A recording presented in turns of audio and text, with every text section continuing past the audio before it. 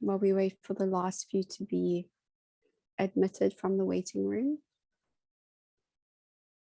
I think that's all that's from. Great. So we're going to get started because we have quite a busy show today. So thank you everyone for joining. This is the second webinar of a series of 4. And we're answering 2 main questions with these series of webinars, which is, are we doing the right things and are we doing them right when it comes to monitoring and evaluation, assessments, research? Before we go further, I'd like to just remind everybody that we are recording this webinar. So if you wouldn't like yourselves to be shown, if you could please turn your videos off, and also keep your microphones turned off, muted. This is also for translation purposes. We are wanting to speak slowly and just clearly, so keeping quite limited with who is speaking. So thank you.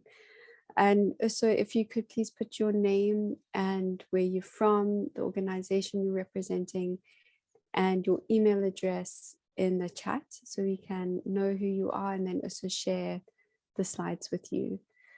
I'm Sarah Kate.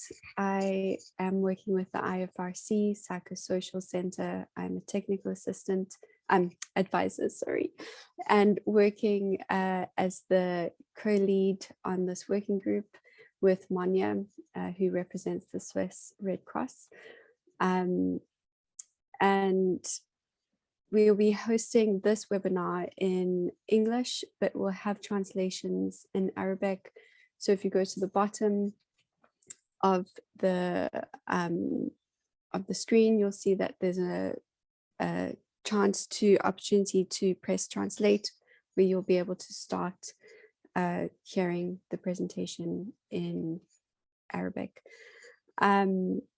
So this webinar series is organized by the Priority Action Area 4, which is Working Group 4, and we're committed to implementing the MHPSS roadmap. We'll be showing a video now just to give a little bit more introduction to the roadmap, as well as what Working Group 4 is about. So thank you, Veronica.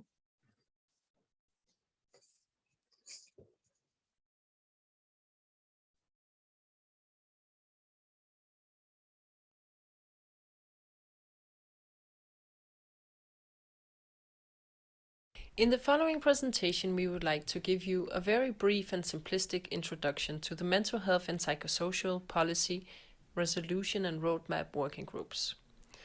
As for you to understand the connection with today's webinar and the MHPSS roadmap within the Red Cross and Red Crescent movement.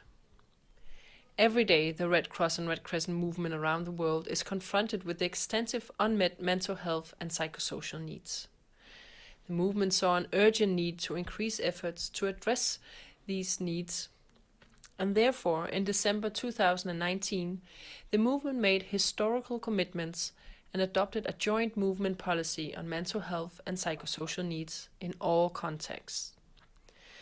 Also, together with 196 states, the state parties to the Geneva Conventions, the RCRC movement recognized the urgent need to scale up the collective response to the MHPSS needs of people affected by armed conflicts, natural disasters, and other emergencies.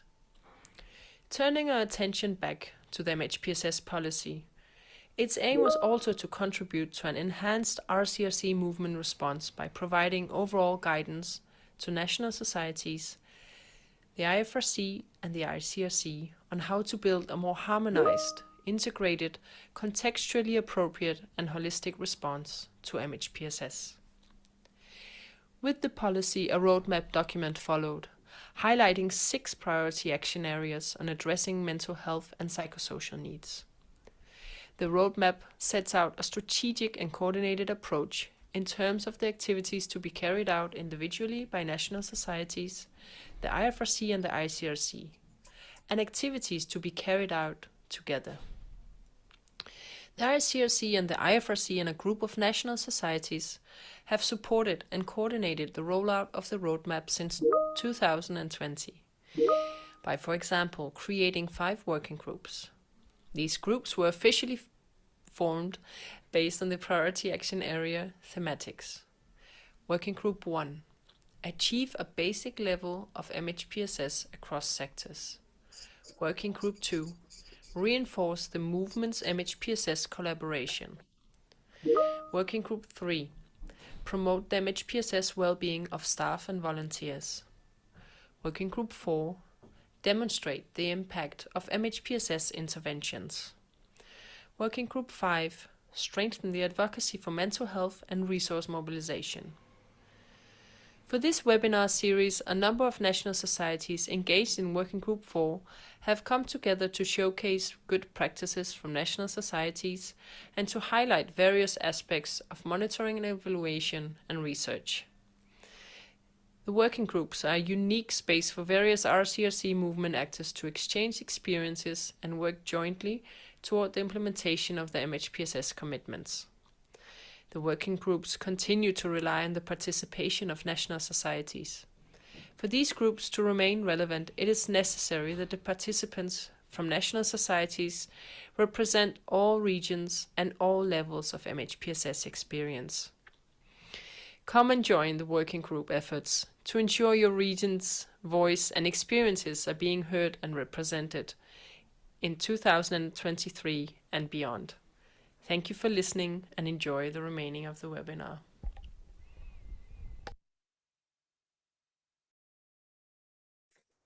Thank you, Veronica. Thank you, Natalie, for doing this video. So it's so nice to see your artwork. Great. So nice to see so many different countries represented. So we've got some people from Japan, Germany. Yeah, really exciting. Thanks so much for making the time. So the aim of our working group is to strengthen the evidence of MHPSS services and just to show the efficiency and the effectiveness of MHPSS, which helps us to reach more people with the appropriate MHPSS services. So I will be handing over to our host, Rebecca Horn. Rebecca Horn will be hosting the morning webinars, and she is a psychologist by training and has since 2003 worked as a community-based psychosocial specialist in humanitarian settings across the world and primarily with people affected by conflict and displacement. Her work has included research, assessments, evaluations, capacity strengthening initiatives such as training, coaching, and mentoring. And she has been working directly with organizations to integrate psychosocial approaches into their programming in various sectors.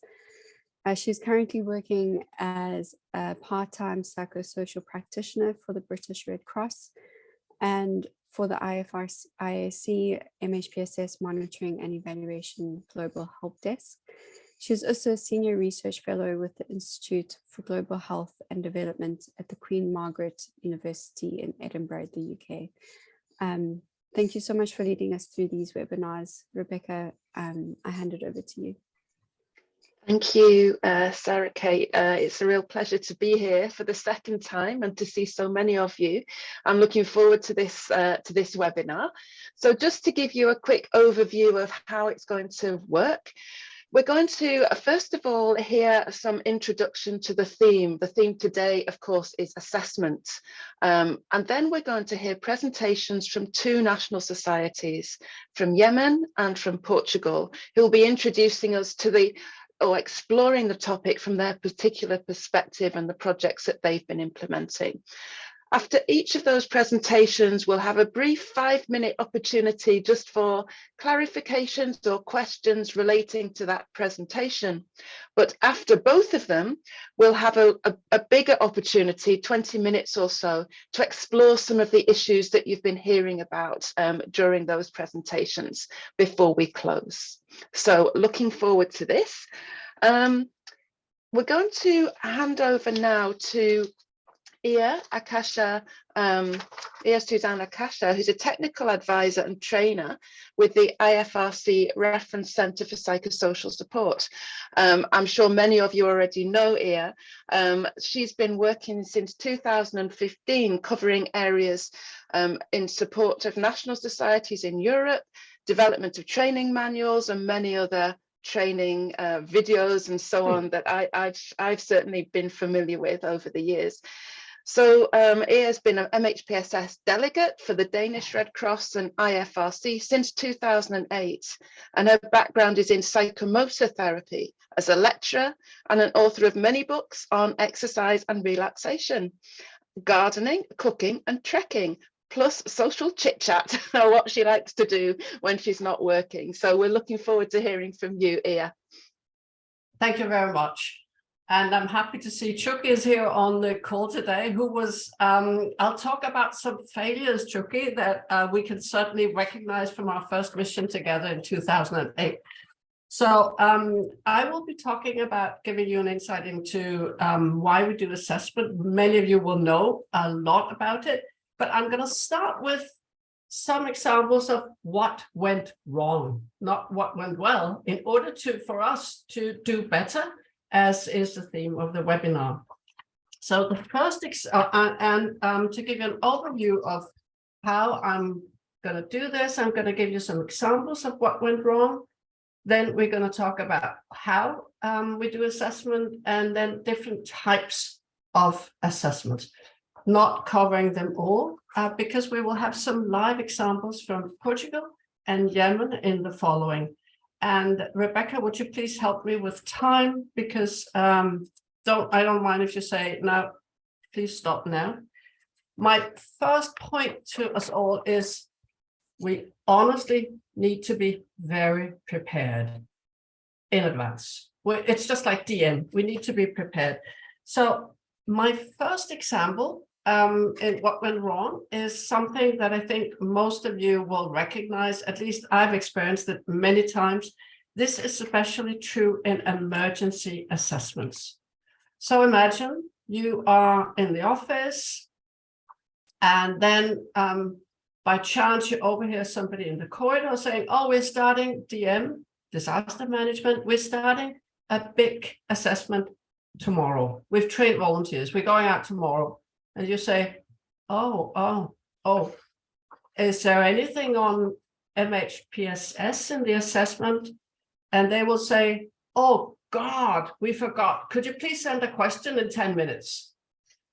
And I don't know how many times this has happened, where there is an assessment team going in. They have 3 pages of questions. They cover everything but MHPSS.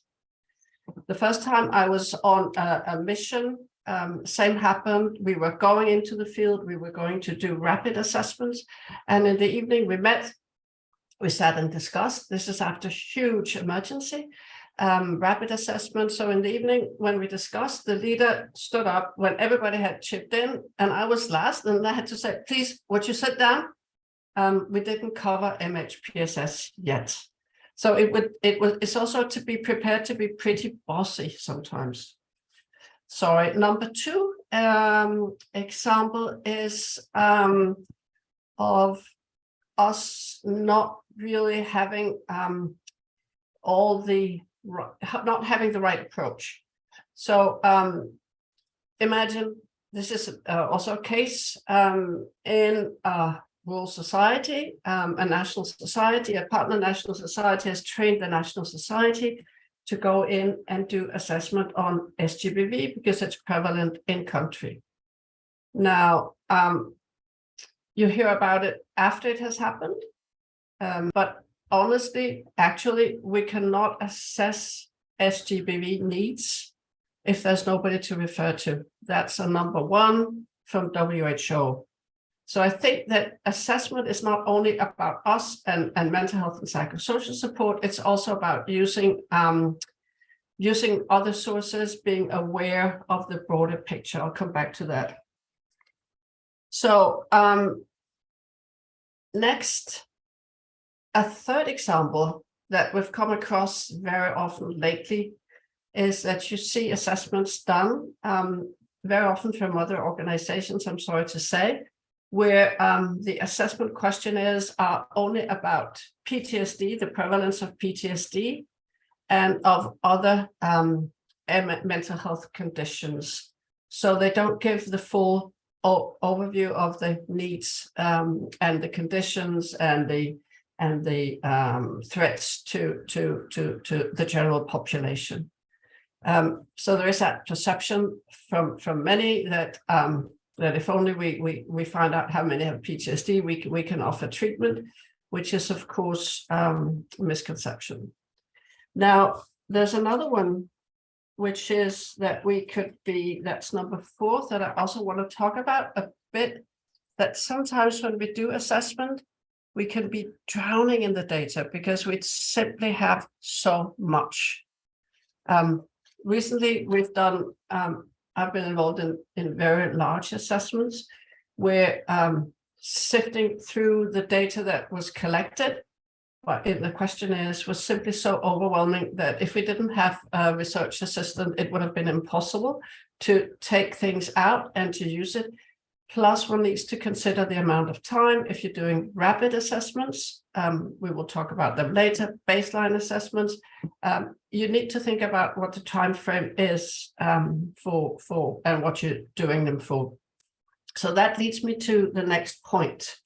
Oh no, there was one more point. I'm so sorry about assessments.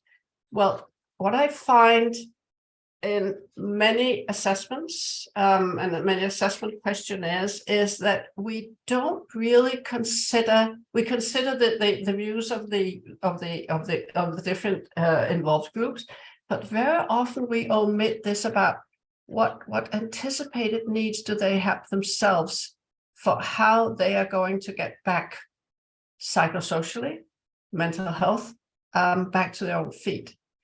Whereas in many other areas, adjacent areas to us, we have all these anticipated action. We do forecasts of what needs are, but we forget to take that into consideration.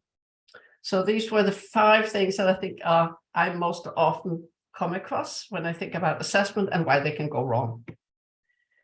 Now, let me go on to say, why is it we do assessment? So keeping the why and the outcome, what it is we need them for, in mind whenever we do assessments, that's really the key question, the framework you need to have. And then, of course, there are many, if we talk about framework, there are many different types of frameworks. My preferred go-to, I'll just put it up, is the PS Center, who some years back developed the first comprehensive manual on, it's a toolkit, 3 different manuals on doing MHPSS assessments. Later, there's also one from IASC, and before we could have, there's a very good one from UNHCR that are also very good to consult. But to think about it, what is it we do? Well, they are basic basis for planning and carrying out of the programs, the planning, the interventions, of course. And one thing that is very important is also that we do collect, we make this review, desk review of what other resources, and do collect other secondary data. Give you an example. It's a very concrete example, but for instance, if I'm doing a training on sexual and gender-based violence, we do have a training that we offer from the PS Center. I need to look at the participant list and see which countries they're from, to see what is the what's the legal age for marriage, for instance, because that can differ. In Syria, for instance, when I was working there, I had to do a bit of a review. What's the age of a child? What's the age when people can actually marry? So I don't come with wrong information when I'm doing the training. So that's just a small example of not an assessment, but looking at secondary data, as we will do when doing assessments. So that's the situation, the needs and resources that we're looking at. And the different types of assessments, they will, the specific MHPSS assessment, they will give us an understanding of the situation. And what is really important is the analysis that we need to get out of it, of the threat to well-being, and also the capacities within the affected populations. And we also need to determine the stakeholders, the other people, the other groups intervening. I'm saying the obvious, but still it's important to say, to keep these, because once you're in the thick of it, it's easy to forget even the most obvious. So the assessments will give us this broad overview. And I have been in situations where with the National Society, the broad overview had clearly parts missing because the National Society was not interested in some specific ethnic minorities. So the broad overview needs to be broad, not broad, but broad. And what it also helps us do is identify which issues may need immediate follow-up. What is the most urgent? So it helps us prioritize what it is we're going to do. And further, as I said before, this is all to develop and inform the practice and the policies that we're going to be following. So it will help us shape the entire program. But if it's a rapid assessment, a rapid needs assessment, I need to say that only gives us a snapshot and the situation will change rapidly. So we need to follow up. A rapid assessment is just it's just giving us this immediate, like a photo of what is going on right now. And we need to get to the film where we have the progression, a beginning, a middle, and hopefully an end.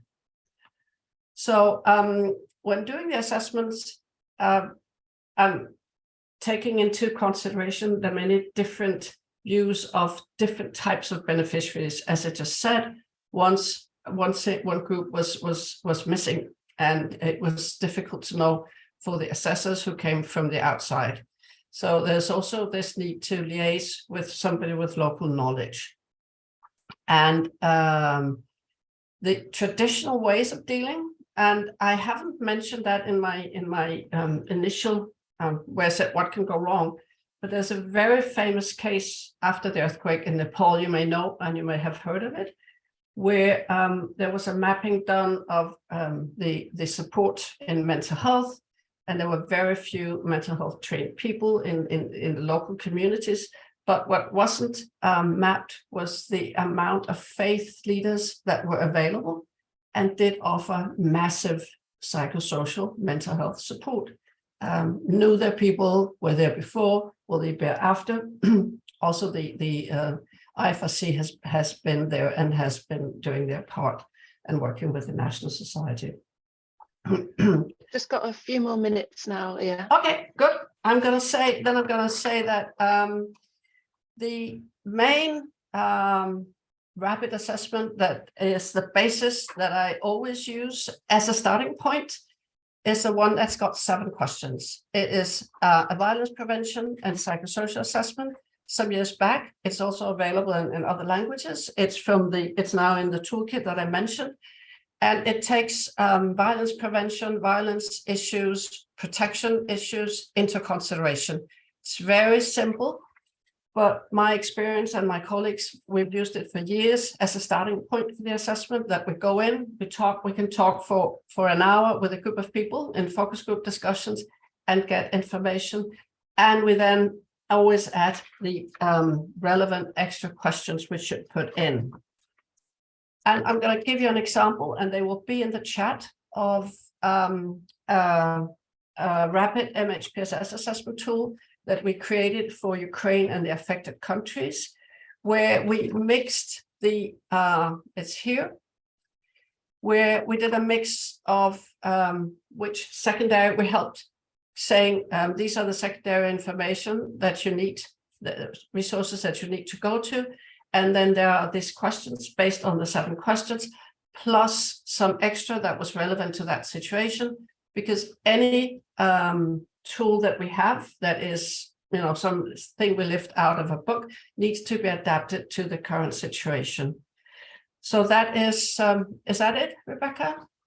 How am I with time now? It's more or less it. Okay, good. So my final PowerPoint is here. Thank you very much. And thank you to all the supporting national societies who've been giving support to this. Thanks. Looking forward to hearing my colleagues. Thank you so much, Ea, for that great introduction. I love that we started with challenges. We know it can be challenging, and I'm sure many of you have recognized the points that Ea was making, and have seen them in your own context. I certainly have seen several of them. She also mentioned some resources, and I hope you've noticed that in the chat, those resources have appeared. The ones that Ea mentioned, and also several others. So go in the chat, click on the links, and you can explore those resources later. Also, I should have mentioned earlier that if you have questions, if you have thoughts, things you'd like to explore when we have our discussion later, put those in the chat. We'll be collecting, we have people checking the chat. We'll be picking out any questions that we can come back to later. Because of translation, we're asking you to put them in the chat rather than open your mic and speak. So you can just write them there, we'll come back to them. I think at this point, it would be great to hear some real life examples of assessment. And we're fortunate to have our colleagues from the Yemen Red Crescent with us to talk to us about some of the work that they've been doing. So we have 2 colleagues with us. First, we have Ahlam Shefi, who is the MHPSS advisor for the Psychosocial Center for the Middle East and North Africa. So she's going to be introducing the presentation, which will be given by her colleague Abdallah Logman, who's the MHPSS senior officer with the Yemen Red Crescent. He's got a background in psychology, and he's worked on various projects funded by the European Union, implemented by the Yemen Red Crescent in partnership with the Psychosocial Center, with Danish Red Cross and others. So he's going to talk to us about his experience of assessment, I think, in that context. So over to you to begin with, Ahlam. Thank you. Thank you, Rebecca, and good morning, everyone. And thank you for this invitation. I'm really happy to be today here and to try to share with you the amazing work that the Yemeni Red Crescent Society has done for the past 4 years under a program called C-Share, which is Community Services in Health and Action for Resilience. That program started 2017 and 2021, and one of the main activities was assessment in addition to implementation, and it was an integrated program between health and psychosocial support. And I'm really happy now to have Abdallah, who is the maestro, let's say, of this program in Yemen. So Abdallah, so we are really all like happy and interested to hear like your presentation, and I will be here also to answer to some questions, as I was having the role of the technical advisor for this program from the PS Center. Thank you. Abdallah, over to you. Good morning for everyone. I hope you can hear me clearly. Thank you for giving me this opportunity to present something from what we did here in Yemen. So I'm glad to be here in this time, in this meeting. Thank you for everyone. Thank you, Ahlam, for introducing me. I will start my presentation with the C-Share program. The C-Share program was an EU-funded program for maybe 5 years. It was the biggest program maybe in YRC's history, really. It was multiple components program, so it was a good chance for us to work with our community, and it was good for our community also, because we supported our people in different ways through this program. I will start to share with you my presentation. I hope it is is it clear for you? Okay.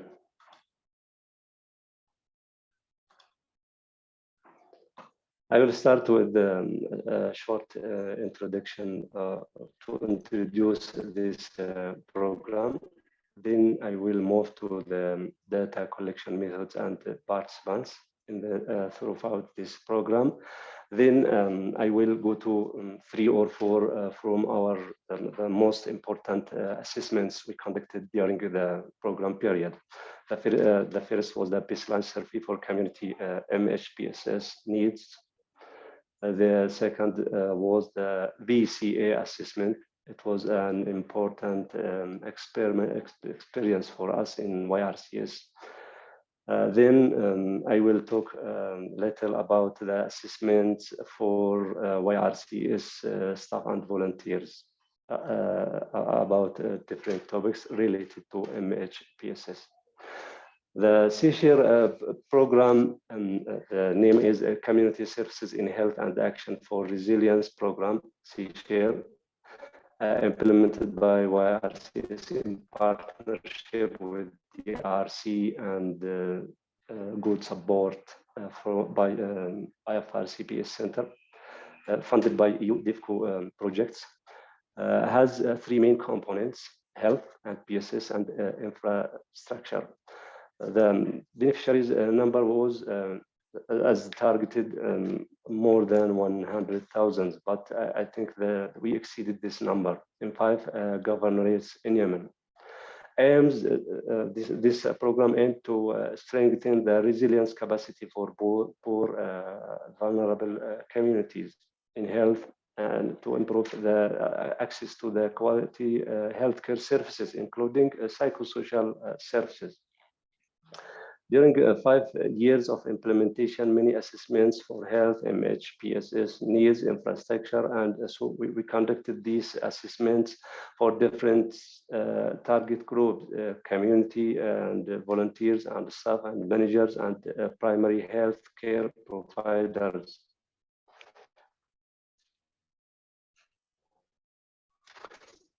This photo is from one of our awareness raising sessions. It was about stress and coping for community members. This session was for female in one of the governorates. It was a new experience for people, because I think it was the first time to talk about psychological concepts in a community session. So it created a good impression for our people. Now I will talk about data collection methodologies and participants. We used quantitative and qualitative, for this error. We used quantitative and qualitative methods to collect data from our beneficiaries or target people. For example, in the quantitative part, we used questionnaires. We referred and to the IFRCPS Center manuals and guidance to develop and prepare our questionnaires content. So we used your tools. Ahlam was the person who did this in collaboration with us. We conducted some short modifications to fit our context in Yemen, but we used the main questions in your guides or manuals. To access to our community, you know that we have simple persons in our community, so we used the qualitative methods or tools. We used focus group discussions. We used key informant interviews. We used disc reviews. We used observations. We used, for example, community mapping, seasonal calendars, transit works to collect our information. Regarding participants, YRCS staff and volunteers and managers were from our participants. Also, we assisted primary health care staff in our health facilities, related to YRCS, because the project focused on YRCS health facilities to support and improve the service there. Also, we assisted community members, included females and males and children and different groups, including the vulnerable group members. I will talk now about one rapid assessment. It was the baseline survey for community MHPSS needs and practices. This survey was conducted in the beginning of the C-Share program. It was about health and WASH mainly, but we tried to insert MHPSS part. So it was a rapid assessment aimed to collecting primary data needed to develop the program log frame and indicators. It included participants from 391 families from the targeted community located around YRCS health facilities in the 5 governorates. The survey or assessment used different data collection tools like FGDs and questionnaires. I will present something from one annex so you can see these questions or a sample of these questions.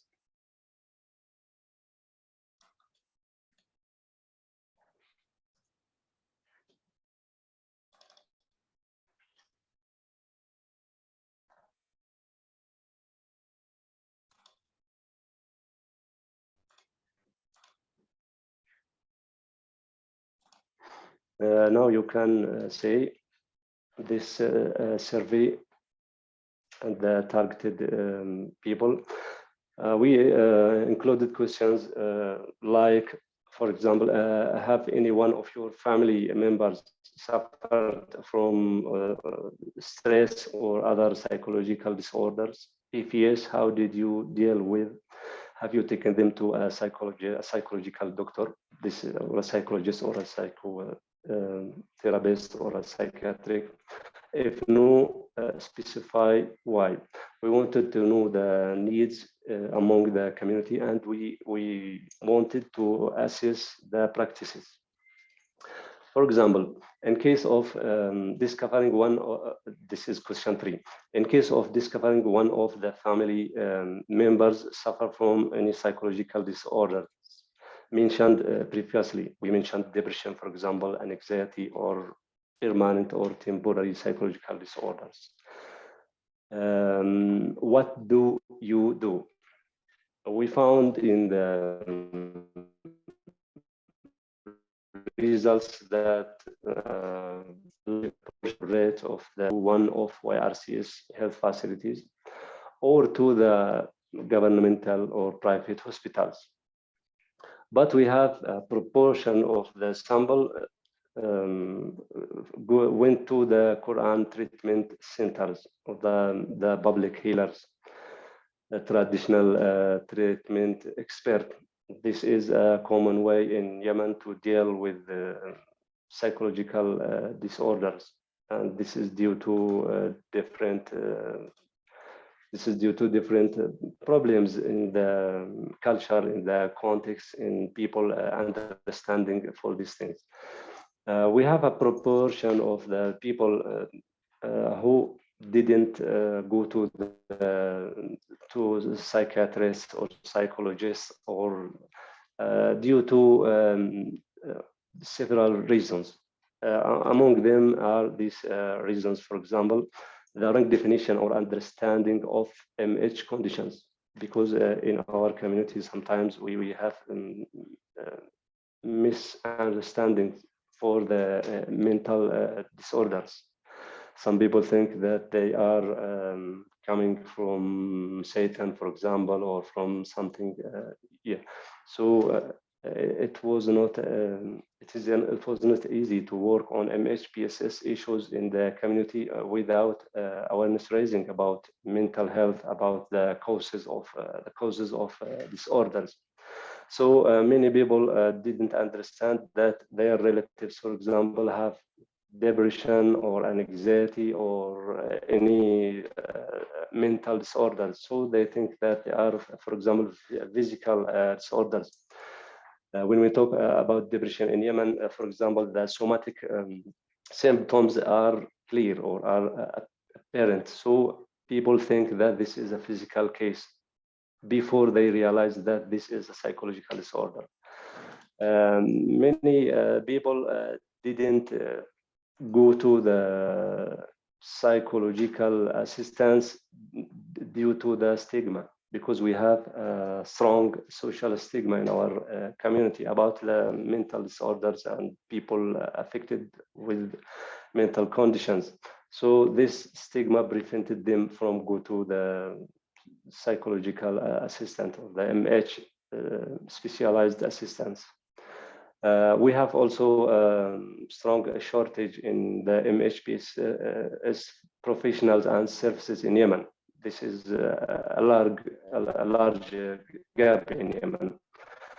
Also, we have a high cost of the services. So these reasons prevented people from going to take this. So they sometimes they prefer to go to the national or traditional healers, or to stay in their homes, or to leave those people alone for their fate. I have some comments. Sorry, Abdullah, can I just mention there's 5 minutes remaining for the presentation now? Okay, for all the presentation. Yeah, sorry. Okay, no problem. I will go to another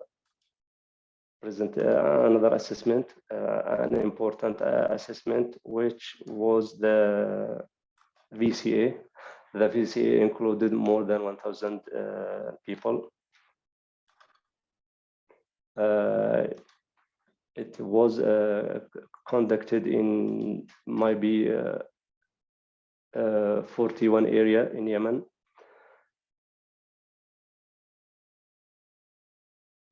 Sorry. Diverse people have been included: males, female, children, elderly, marginalized groups, and community leaders. Different participatory data collection methodologies have been used, like community mapping, seasonal calendars, and transect works. The VCA has been split to 3 different stages: data collection, data analysis, and preparation of community plans. Was a long assessment included most of the community vulnerabilities and capacities, including MHPSS. Results showed a large MHPSS matrix of vulnerabilities and capacities suggested by the community members. I can share this with you.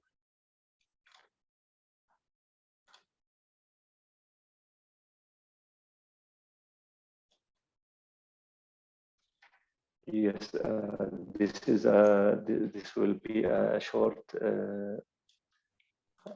view for this matrix. We assessed the MHPSS hazards. We assessed the potential risks. We assessed the vulnerabilities and capacities, and people opinions about how to transform vulnerabilities to capacities. It was a new thing in the Yemeni context, due to that VCA assessments always focus on different aspects and on disasters preparedness. But in our program, we conducted this assessment and focused somewhat on MHPSS. So it was a good opportunity for us and for people. So we learned a lot about this or from this experience. I will present the final assessments we conducted.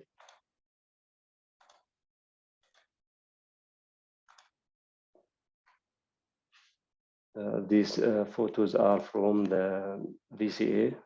You can see, for example, community mapping with people. You can see, for example, the seasonal calendar. You can see, for example, our volunteers going in the transit work. This was our tools to collect data from our community.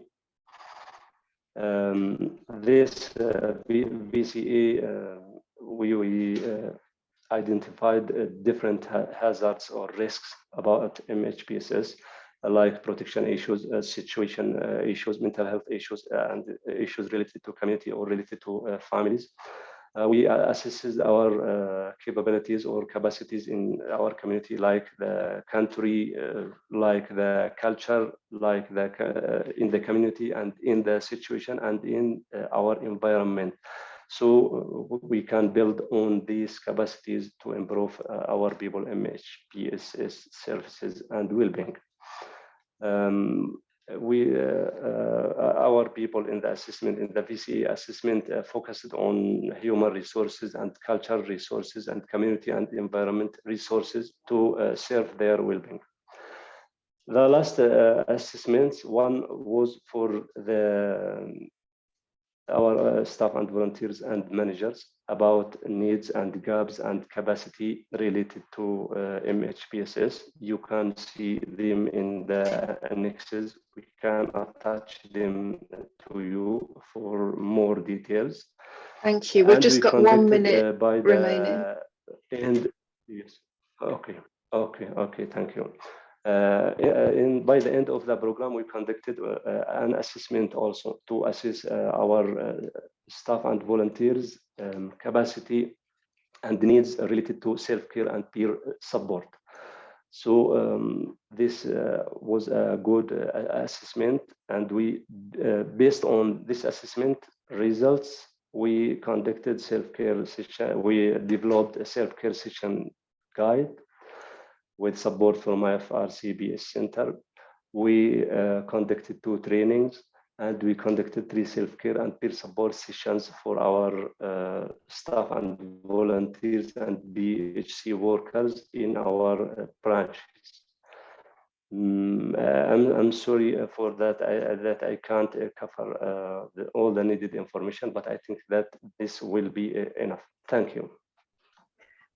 Thank you so much, Abdallah, and I'm really sorry for not being able to listen in more detail. It was great to see the pictures that you showed and also some of the findings.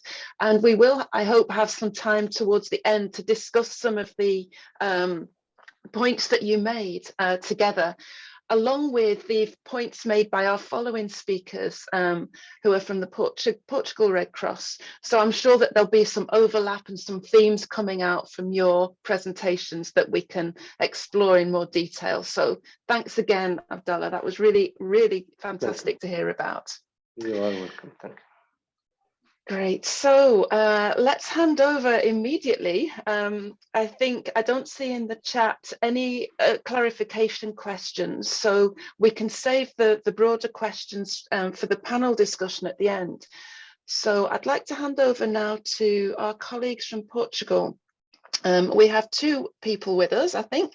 We have Randy Ferreira, I can see there. Hi, Randy.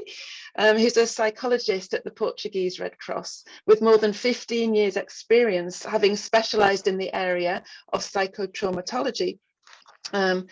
Randy works mostly with people who've been exposed to trauma, including first responders and humanitarian workers. And he's integrated operations and humanitarian missions national and international, in various countries. And he also collaborates with other organisations working with victims and survivors of torture. And his colleague is Anne Oliveira with us. I don't see Anne. Anna will be here in the afternoon presentation. Ah, okay. So I think in the afternoon, Anna will be joining Randy. She's also a psychologist who's also specialised, in fact, in the area of psychotraumatology. So those of you who are with us in the afternoon will meet Anna, but we're very happy to have you with us, Randy, and I'd like to hand over directly to you. Okay, thank you, Rebecca. Hi, everyone. I'm very happy to be here with you today in this webinar series about assessment of mental health and psychosocial support needs. My name is Randy. I'm a psychologist from the Portuguese Red Cross, and I'm going to share with you part of our work in our national society. I will do the morning presentation, and my colleague Ana Oliveira will do the afternoon presentation. The team is a picture of the Portuguese Red Cross staff and volunteers. It's a work that integrates a larger project. Just give me a few seconds to share my screen. Okay. Here it is. Okay, picture of the Portuguese Red Cross staff and volunteers. These staff and volunteers are specific to emergency area, which means that this work is about first responders.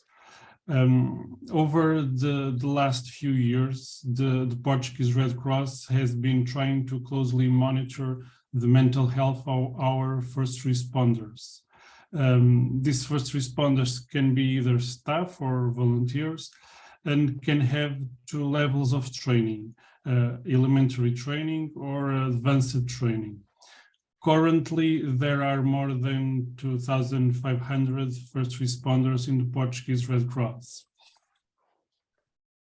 So, although we have organized the information in academic format, we have simplified as much as possible what we will present. In the index, we'll have working in pre-hospitaler emergency. That's because they are first responders. We'll talk about the objectives of this work, the methodology, the participants, the results, and the conclusions. So working in pre-hospitaler emergency. The complexity of the situations that first responders have to deal with, ranging from day-to-day emergencies, such as cardiac arrests or car accidents, to large-scale wildfires. Unfortunately, they are very common in Portugal. Place the first responders within a risk activity associated to high levels of stress, which may lead to the development of mental health problems such as anxiety, depression, PTSD.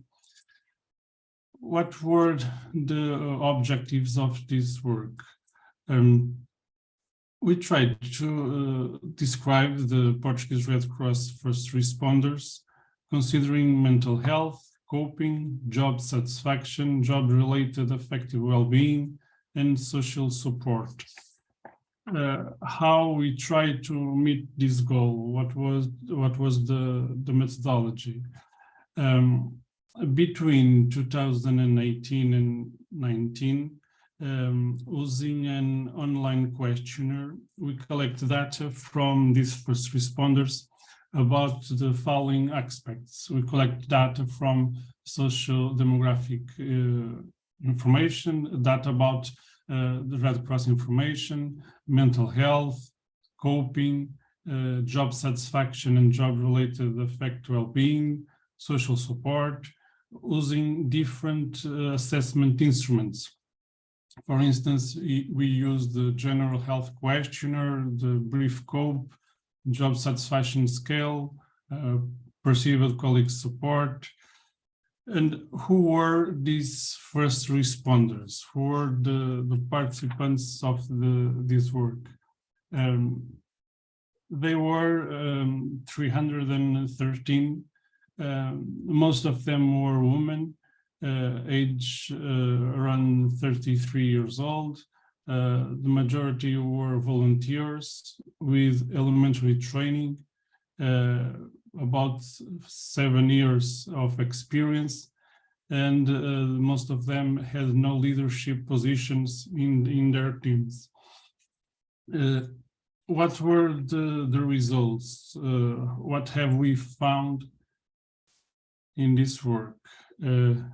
We have found satisfactory levels of general health and psychological well-being. We have found that 30% reported complaints related to mental health. 28% had been exposed to at least one critical event.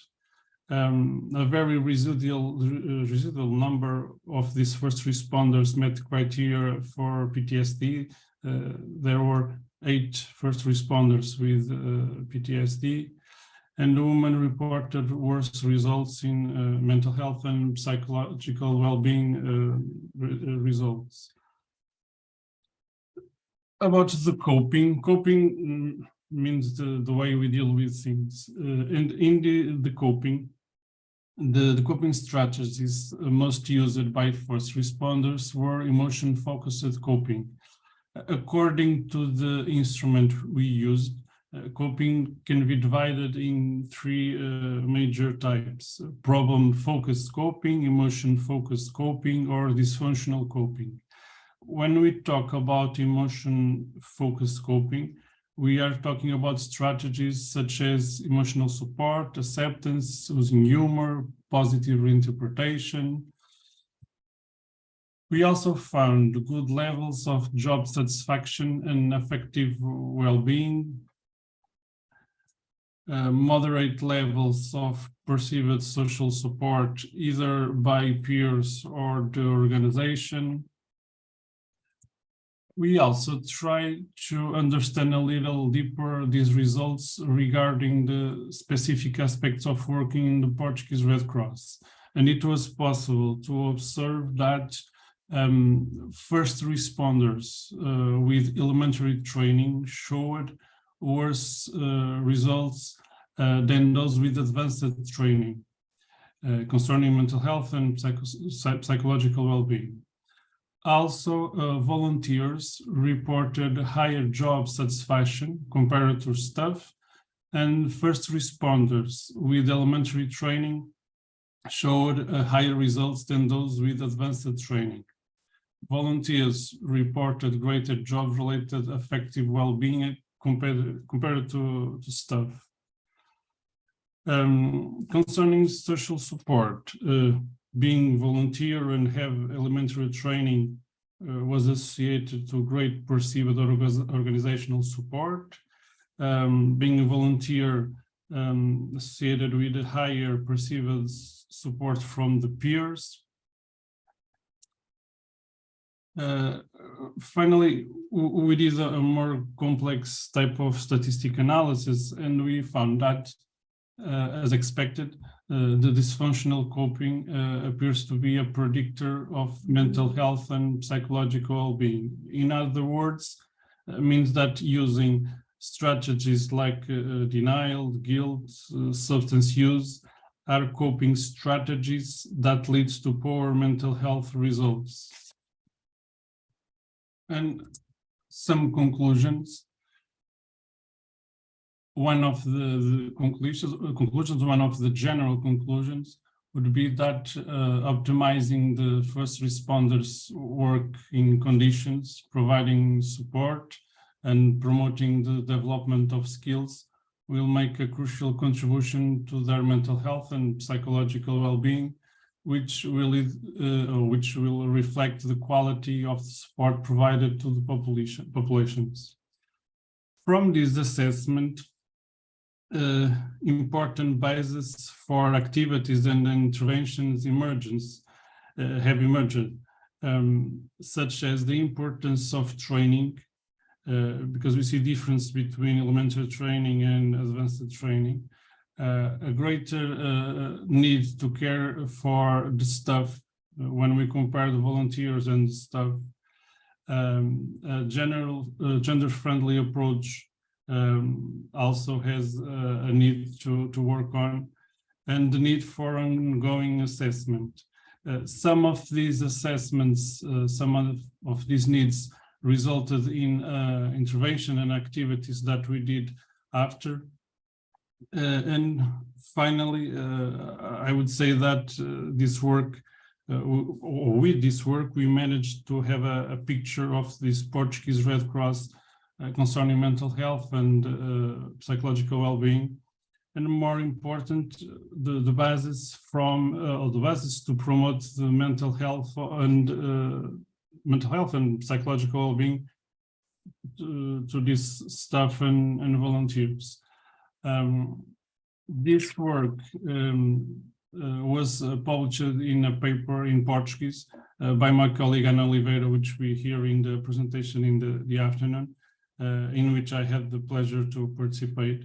I'll be glad to answer questions about this work, and thank you very much for your attention.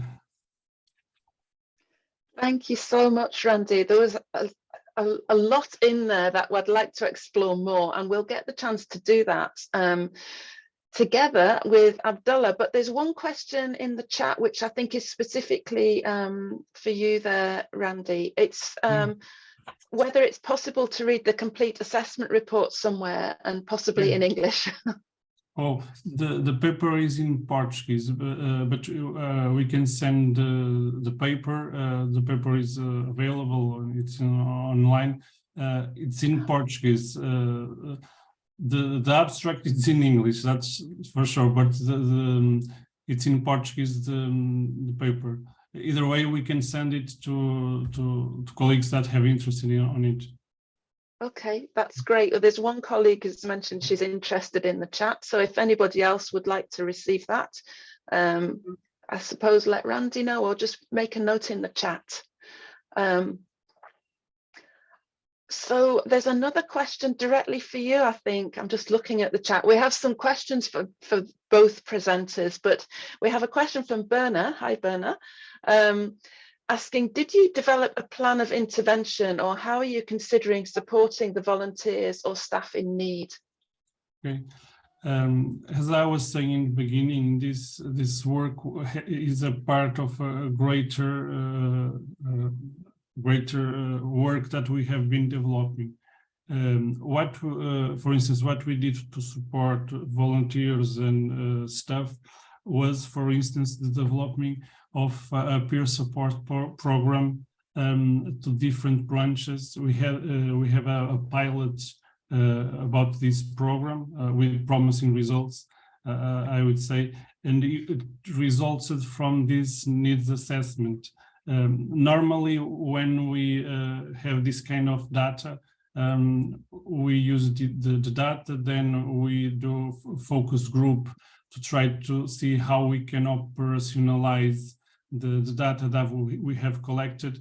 And in this area of supporting staff and volunteers, what we have done was a peer support program. And probably my colleague Ana Oliveira in the afternoon can speak a little bit more about this peer program support, because her PhD was about the peer support program. So if any colleague has some questions, here's the invitation to also assist to the afternoon presentation.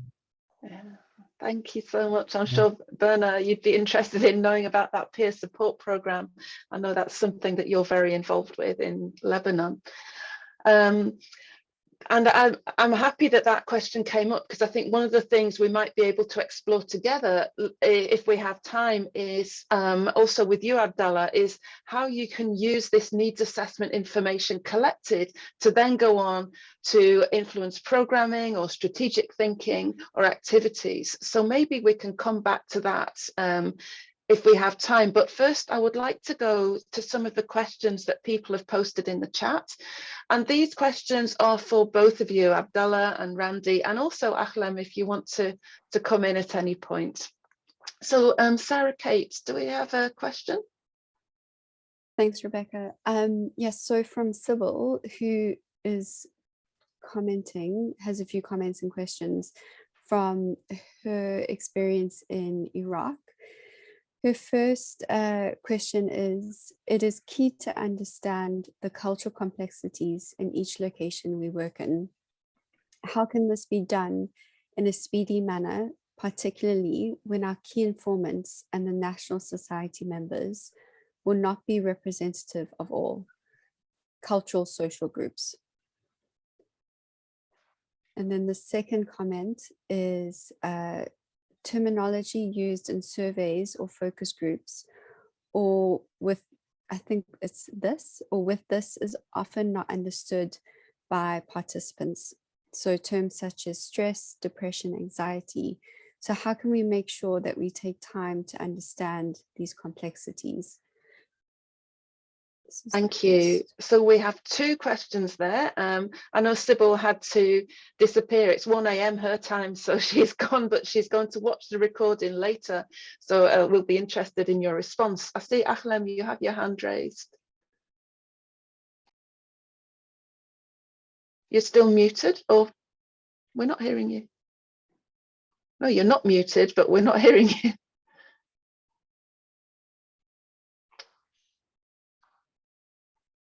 Oh dear, we heard you earlier. I don't know what's happened.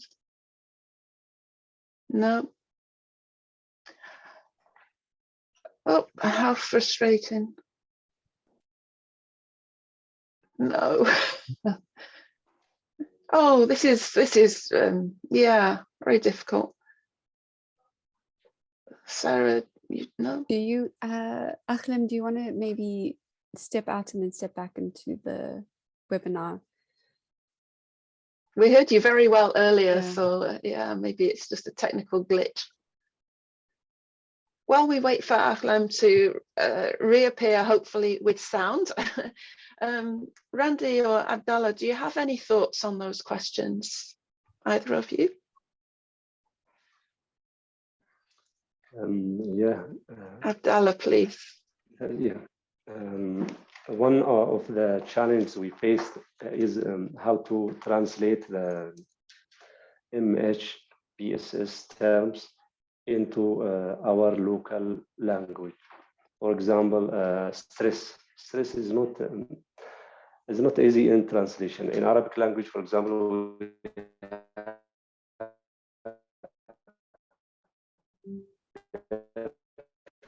different translations for stress, about their experiences, about their daily life, to know how they understand stress. Sometimes we used an anxiety, for example. We substituted stress with an anxiety to make the concept clear to them. But we have a common background with our people and with our staff and volunteers. So we used this. Sometimes we had to explain or to give them some examples or cases to understand what is stress. Sometimes it's not easy to understand depression, for example.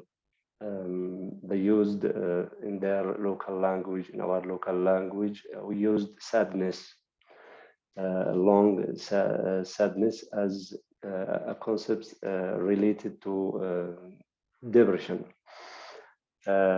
Understanding the language of mental health is not easy in our community, but we have to build on this. So, for example, we conducted, based on the assessment results, we conducted awareness raising sessions about stress and coping. We used our local concepts to make this clear for people. We give them, for example, a story in the beginning of the session.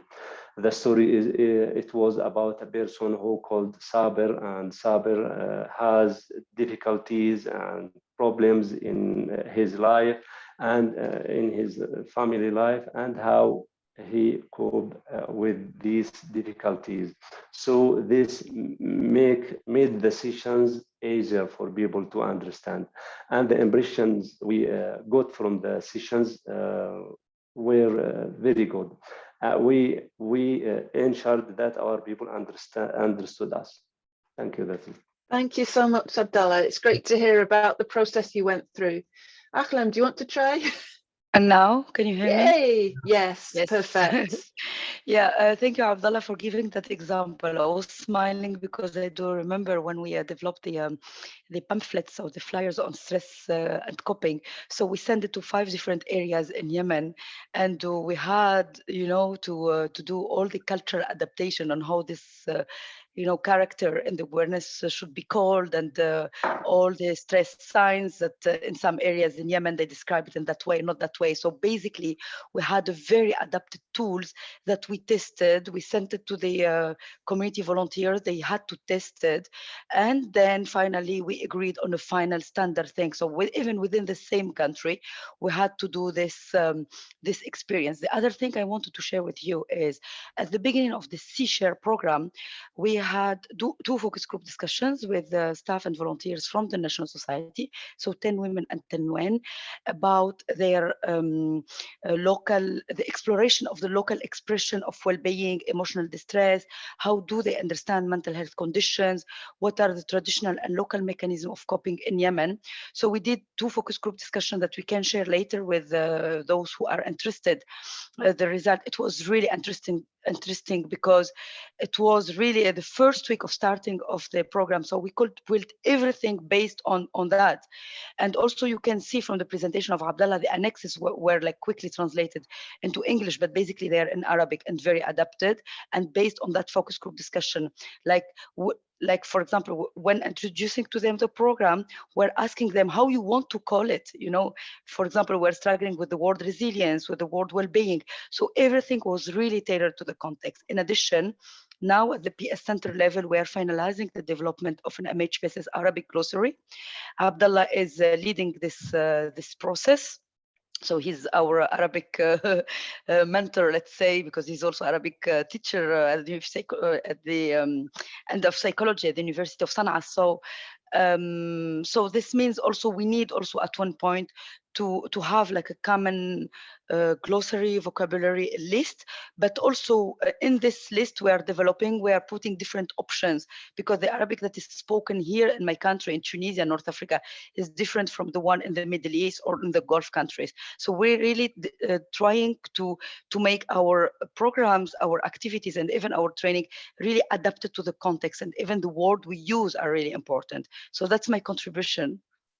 Thank you. Thank you, Akhlem. And it's a great contribution, particularly because the first webinar in this series did focus on cultural adaptation of tools, of processes, to make sure that they are appropriate for the context. So your example is fantastic, and also reminds me, as in the chat, that you can access a recording of that webinar. So if you'd like to know more about how to make sure that tools, assessment tools and processes are appropriate for the context in which you're working, it might be helpful to go and look at that recording.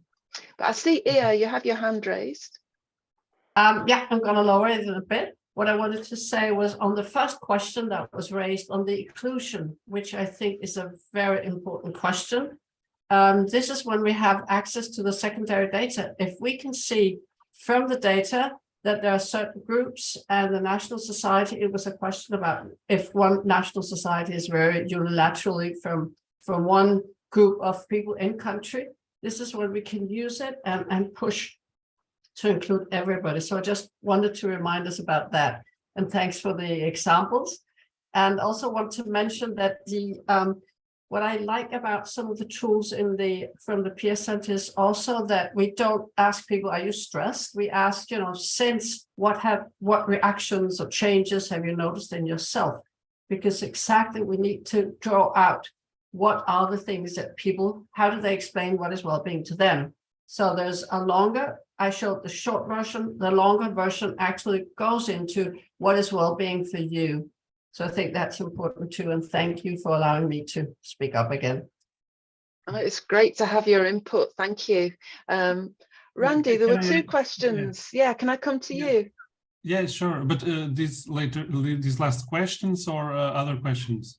these two But, questions okay. that we've already asked, if you have some Yeah, thoughts yeah. on them. Yeah. Yeah, when we start working with our first responders, we came with some questions about terminology and even about the some kind of cultural organization, a cultural group identity, which are the first responders.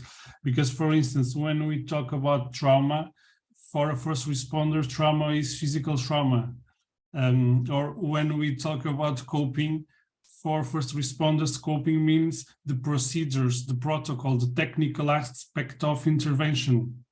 So what we did was creating focus group to try to adjust the terminology, the words, the concepts. I really think that doing focus group, it's a good step to be sure that the language that we are using are the same language that the first responders or other kind of group is using.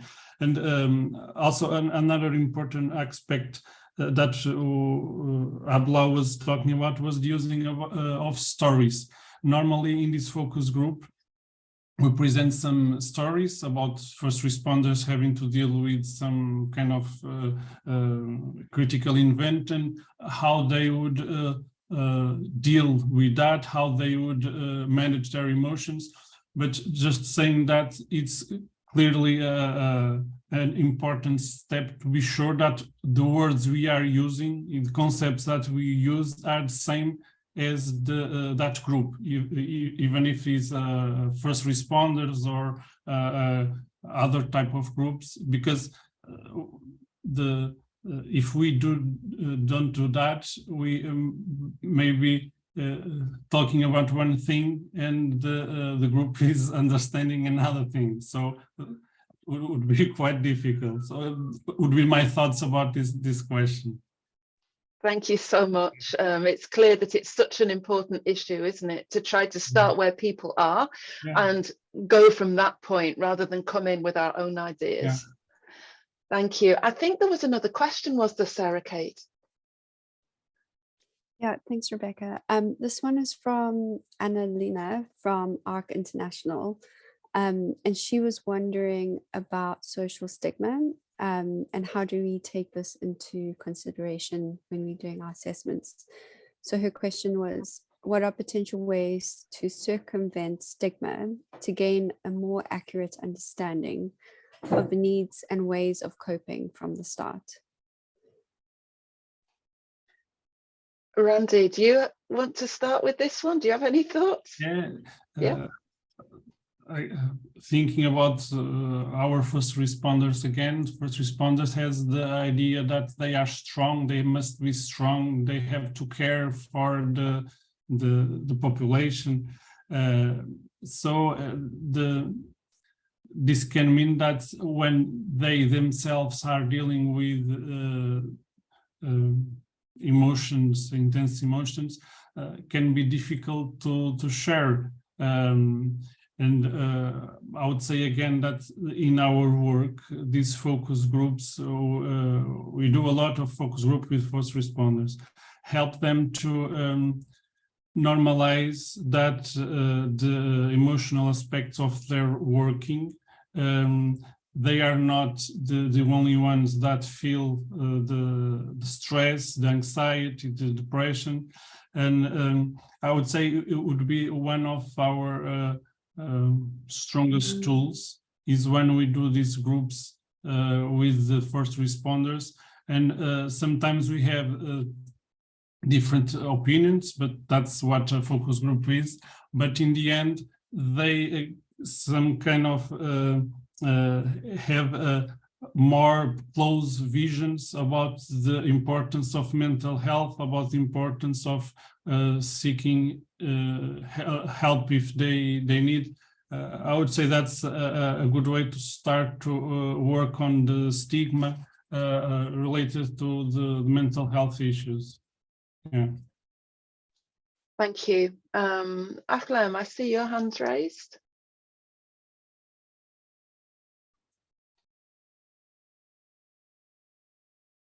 Oh no, we can't hear you. Okay. Maybe the same strategy as previously might be necessary. We still can't hear you. How frustrating for you. I'm really sorry. Okay. Can you I can back. Thank up. you, Ahlam. Abdullah. Maybe you can go out and in again, Ahlam, and then Yeah. we'll try. Thank you, Abdullah. Yeah, we conducted trainings for our BHC staff, primary healthcare workers, about mental health basics. We included stigma in the training. What are the aspects, the common aspects of stigma in our community? So we brainstormed their answers, and we got different answers and different drawings. So they draw about stigma. They drew people with mental disorders. These drawings showed how people think about mental disorder people. We talked about combating stigma and how to fight fight stigma in our community. In the FGDs, for example, when we talked about or asked specific questions about mental health, we tried to offer safe spaces for participants to talk freely about this. So this was one strategy to make them feel safe. Then they can talk about these sensitive issues. Our FGDs and our assessments also were mixed, included health and PSS. So integrating PSS questions into health questions made this easier for people to talk about their problems. Also, Randy talked about normalization. So we try to normalize everything about these disorders, and they are like physical illness, can be treated and can be diagnosed. So people, we encouraged our people to talk more about. So we got information. I hope that stigma didn't affect the reliability and validity of information we got from our people, but I think we did some strategies to overcome these things. Thank you. Over to you, Ahlam. Thank you. Yes, should we try, Ahlam? We're If going you to hear hand me? over very. Yes, we hear you now. Yes, yeah. So I'm sure, Abdullah, you mentioned about the PA. So we had training for the primary healthcare staff. So the 60 people. So, and one of the big modules was about addressing stigma, exclusion, and social discrimination, because in Yemen, as Abdullah explained earlier, that the first entry point and maybe the only one is the PHCs, so primary healthcare settings. People, they seek help. So we have trained midwives, doctors, and nurses on basic package of mental health. We try to develop our training curriculum based on the community MHCAP toolkit of the WHO, and we made it tailored and adapted to the Red Cross. So yeah, it's one of the things. And the other thing which we think it's a bit funny that I would like to share with you is, so we have been training 16 core staff from the C-Share program during 4 years. And we, from the beginning, we could, like from the training, we could like hear people mentioning like disorders, like just to talk about distress or well-being, saying this is psychotic, this is. So, and we put in place a system that is called a blacklist in every training. So we hold the paper, like what we cannot say, this is stigmatizing. And we could observe throughout the 4 years, like at the end, like no one was using one of the words that we were like saying, no, we are not allowed. And even they were like self, or to the others, like remembering each other. We cannot say it. This is stigmatization. This is stigma. And this is for us, I think that was a challenging, but also a success when you see your own staff, your colleagues, and they volunteer themselves having this behavior change on the way they call or they describe mental health conditions or any psychosocial problem. So this big change, if I can really, it's like something that was very remarkable from the beginning, how it was and how we ended. So I think it's one of the things that we could address is ourselves as professionals when we train people also, to always remind them. Thank you so much, Adlam. Yes, and we're very close to the end now, so I'd just like to thank all of our presenters so much for sharing your experiences and knowledge with us. It's been fascinating, and thank you too to those of you who've commented in the chat, asked questions and commented. It's been great to have that input from you, although we're a big group. I'd like to hand over to Sarah Kate now for some final messages. If that's okay, Sarah Kate. Thank you. Thanks, Rebecca. Thank you, everybody. So interesting to hear from everyone your different experiences and how you've taken the context into consideration when doing the assessments.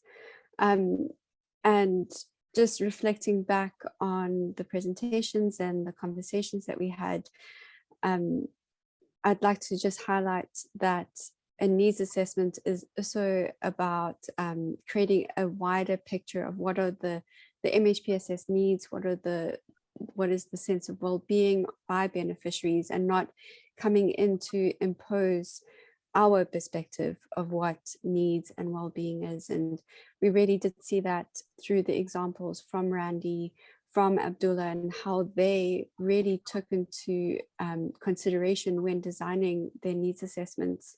What were some areas where stigma could potentially influence results?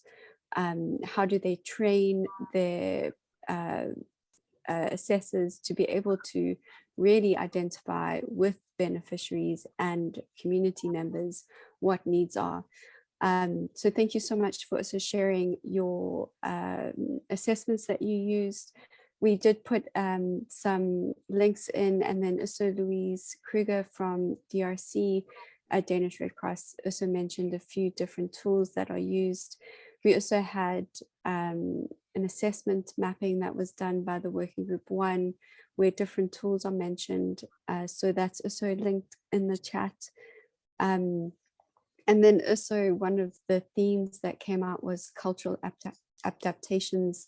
And just to remind everyone that our previous webinar was actually on how to take cultural adaptations into consideration when using these kinds of tools with research, monitoring, evaluation, and assessments. And the recordings of all our webinars will be on our website, so the IFRC Psychosocial Center website, hopefully by the end of the week, if not early next week. So you'll be able to access the previous webinar, and then this one will still need to go through a few edits, and then you'll be able to share shortly. Yes, so just thank you to everybody for the hard work in getting this webinar off the ground, to Petra, who didn't present but really brought the assessment together, Akhlem, Randy, Abdullah, Rebecca, Natalie, and Veronica for hosting, and then also to the translators. I think that was all that I needed to mention, and we'll be having our second webinar next month on the 30th of March, which will be on monitoring evaluation. So the same place, the same time, and then also for those who have colleagues who understand French and Spanish, we'll be hosting the same webinar today at 4:30 till 6 Central European time. So yes, looking forward to seeing you. You want to mention the poll? Yes, thank you. So this is a new edition that we have a poll which has a few questions, and if you could take a few minutes as you leave, just to answer the questions, it's to help us know maybe what you would like to cover. Yes, and then Akhlem, I see you have a hand up. Yes, just for the recording. So when it will be recorded, it will be also recorded with the translation? Yes. Okay, thank you. Yes, pleasure. Okay, great. Looking forward to seeing you later, if not in March on the 30th. Great. Thank you, everybody.